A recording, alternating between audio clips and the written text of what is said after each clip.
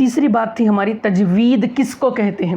تجوید کس کو, تجوید سے پڑھنا بول رہے ہیں. ارے تجوید کے معنی کیا ہے؟ تجوید بولتے کس کو ہے؟ تو تجوید کے لغوی معنی ہے خوبصورت بنانا. تجوید کے لغوی معنی ہے خوبصورت بنانا. اور تجوید کے اصطلاحی معنی ہے یعنی حروف قرآنیہ کو، یعنی آیات قرآنیہ کو، قرآن کی آیات کو اس انداز اور اس لحاظ پر پڑھنا جس طریقے پر وہ آپ صلی اللہ علیہ وسلم پر نازل ہوا. جس طریقے سے وہ آپ صلی اللہ علیہ وسلم، ہمارے آخری حضرت محمد مصطفیٰ صلی اللہ علیہ وسلم پر جس طریقے پر وہ نازل ہوا ہے، اس طریقے پر پڑھنے کو تجوید کہتے ہیں. یہ ہے تجوید کے اصطلاحی معنی.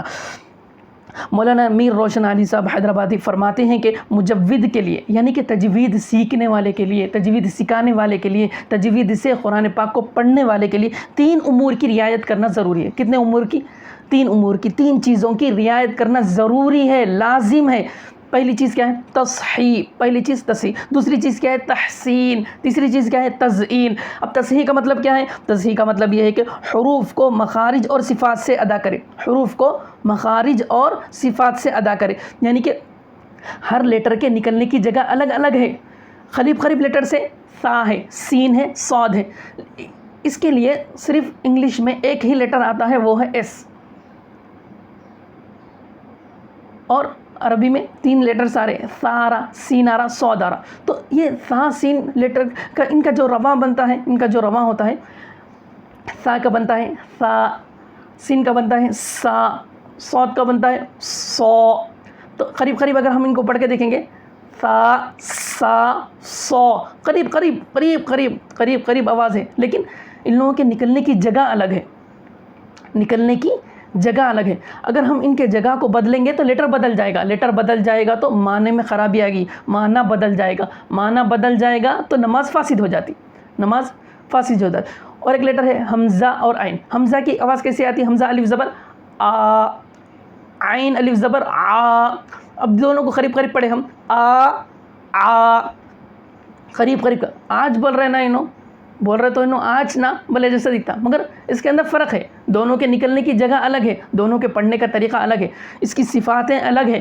تو اس کے مخارج اور صفات کو ہم صحیح طریقے پر ادا کریں گے. اسی کو کیا کہتے ہیں؟ تصحیح کہتے ہیں. کیا کہتے ہیں؟ تصحیح. تو پہلی بات یہ ہو گئی. دوسری بات کیا ہے؟ تحسین ہے. اب تحسین کا مطلب کیا ہے؟ ادغام، فک ادغام، مد، قصر، تفخیم، ترقیق وغیرہ قواعد کا لحاظ رکھا جائے. جو بھی قواعد ہے، جس طریقے پر پڑھنا ہے، جہاں پر غنہ کرنا ہے، کہاں پر اخفا کرنا ہے، غنہ کی جگہ اخفا کریں وہ بھی غلط، اخفا کی جگہ غنہ کریں وہ بھی غلط. مد کو زیادہ مد کو کھینچ کر پڑھنا ہے، اس کو بہت ہی کم کھینچ کر پڑھ رہے. حرف مدہ ہے، اس کو کم کھینچ کر پڑھنا ہے، اس کو کیا کر رہے؟ بہت زیادہ کھینچ کر پڑھ رہے. جس کو باریک پڑھنا ہے اس کو موٹا پڑھ دے رہے، جس کو موٹا پڑھنا ہے اس کو باریک پڑھ دے رہے. جس کے اندر سیٹی کی آواز نکال کر پڑھنا ہے وہاں پر سیٹی کی آواز نہیں نکال رہے، اور جہاں پر سیٹی کی آواز نکالنا ہے وہاں پر کیا کر رہے؟ جہاں پر سیٹی کی آواز نہیں نکالنا ہے وہاں پر سیٹی کی آواز نکال رہے، اور جہاں پر سیٹی کی آواز نکالنا ہے وہاں پر سیٹی کے بعد نہیں نکال رہے. تو ان اغلاط کو کیا بولیں گے؟ تحسین. تو اس کا خیال رکھیں گے ہم. تو یہ کیا ہوگی؟ دوسری بات ہماری تحسین ہوگی. پہلی بات ہو گئی تصحیح، دوسری بات ہو گئی تحسین، تیسری بات ہے تزئین. اب تزئین کا مطلب یہ ہے کہ بغیر کسی تکلف کے اور بغیر کسی بناوٹ کے اچھی آواز سے قرآن پاک کی تلاوت کی جائے. قرآن پاک کو ایسے انداز میں ہم پڑھنا، ایسے انداز اور اس لحاظ سے پڑھنا کہ ہم منہ نہ بنا رہے ہوں، منہ پھلا کر پڑھ رہے ہم، آڑا کر کے ٹیڑھا کر کے پڑھ رہے، منہ کو پورا ایسا کراس کر دے رہے. ایسا تو ایسا نہیں، بناوٹ سے نہیں، بلکہ خوبصورت کے ساتھ، بغیر تکلف کے، بغیر کسی تکلیف کے ہم کیا ہے قرآن پاک کو ادا کرنا. اس کو کہتے ہیں تزئین. تو یہ 3 باتیں ہو گئی. اب ہماری تجوید کس کو کہتے ہیں اب ہم سمجھ لیے ہیں. تو اب تجوید کی اہمیت کیا ہے اور اس کی ضرورت کیا ہے، یہ ہماری چوتھی بات ہے. تجوید کی اہمیت کو سمجھنے سے پہلے ایک بات سمجھ لیں کہ فرض عین اور فرض کفایہ کس کو کہتے ہیں. اس کا فرق یہ ہے کہ فرض عین سے مراد وہ فرض ہے جس کا ادا کرنا ہر بالغ، ہر مسلمان بالغ مرد اور عورت پر ضروری ہے، فرض ہے. اگر ادا نہیں کیا تو گناہ گار ہوگا. اور فرض کفایہ سے مراد وہ فرض ہے کہ 1-2 مسلمان ادا کر لیے تو سب مسلمانوں کی طرف سے وہ فرض کیا ہو جائے گا؟ ساقط ہو جائے گا، یعنی کہ اس کی پوچھ نہیں ہوگی. تو یہ ہے فرض کفایہ. اور فرض عین کیا ہے؟ سب کا ادا کرنا، سب مسلمان کا، ہر بالغ مرد اور عورت کا جو عقل رکھتا ہو یعنی کہ جو پاگل نہ ہو اس کے لیے ضروری ہے، فرض ہے ادا کرنا. اگر نہیں ادا کیا تو گناہ گار ہوگا. یہ فرض عین ہے. اور فرض کفایہ ایک دو مسلمان اگر ادا کر لیں گے تو سب کے اوپر سے کیا ہے وہ فرض کیا ہو جائے گا، ساقط ہو جائے گا. تو علم تجوید اور قواعد کو سیکھنا، علم تجوید یہ تجوید کا جو علم ہے یعنی کہ تجوید سے کیسے پڑھنا ہے، اس کا طریقہ کیا ہے، یہ جو طریقے ہیں، یہ جو علم لکھا ہوا ہے اس کا پڑھنا اور اس کا سیکھنا فرض عین تو نہیں ہے. فرض عین تو نہیں یعنی کہ ضروری نہیں ہے. اگر مٹھی بھر مسلمان اگر اس کو سیکھ رہے ہیں، علم تجوید کو سیکھ رہے ہیں تو وہ فرض کیا ہے، ادا ہو جا رہا. سب مسلمانوں کو پوچھ نہیں ہوگی اب. لیکن قرآن پاک کو تجوید کے ساتھ پڑھنا یہ فرض عین ہے. اگر ہم قرآن پاک پڑھ رہے ہیں تو ہمارے لیے یہ ضروری ہے، ہمارے لیے یہ فرض ہے کہ ہم تجوید کو سیکھیں. اگر ہم بغیر تجوید کے سیکھے اگر ہم قرآن پاک کو پڑھیں گے تو ہمارے اندر کئیوں غلطیاں ہوں گی. تو یہ جو فرض عین ہے تجوید کے ساتھ سیکھنا، اگر ہم تجوید کے بغیر سیکھیں گے تو ہم کیا ہوں گے، گناہ گار ہوں گے. وہاں پر قرآن پاک کی آیت میں ہے وَرَتِّلِ الْقُرْآنَ تَرْتِيلًا، اور ایک جگہ ارشاد ہے وَرَتَّلْنَاهُ تَرْتِيلًا.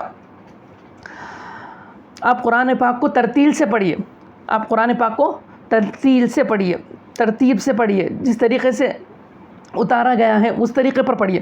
حضرت علی رضی اللہ عنہ کی تفسیر میں ہے الترتیل تجوید الحروف و معرفت الوقوف، یعنی ترتیل کا مطلب حروف کو تجوید سے ادا کرنا، حروف کو کیا کرنا، تجوید سے ادا کرنا، مخارج اور صفات کے ساتھ، اور وقف کے قواعد کو جاننا. اور اس کے متعلق اور ایک ہے حضرت عبداللہ بن مسعود رضی اللہ عنہ کا قول ہے کہ جود القرآن، تجوید کے بارے میں.